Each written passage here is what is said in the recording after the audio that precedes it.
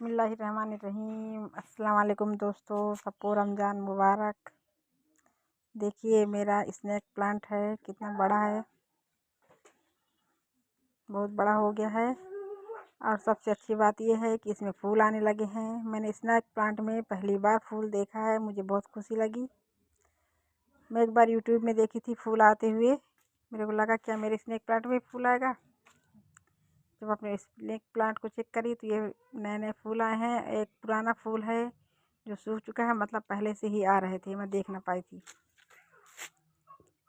ये snake plant बहुत पुराना है और बड़ा हो गया है, इसलिए इसमें फूल आने लगा है। ये कम सनलाइट में रहता है और अच्छा ग्रो कर रहा है। ये हवा को साफ करता है और ये नेचुरल प्यूरीफाई है। अस्सलाम वालेकुम, अगले वीडियो में फिर मिलेंगे। अल्लाह हाफिज़।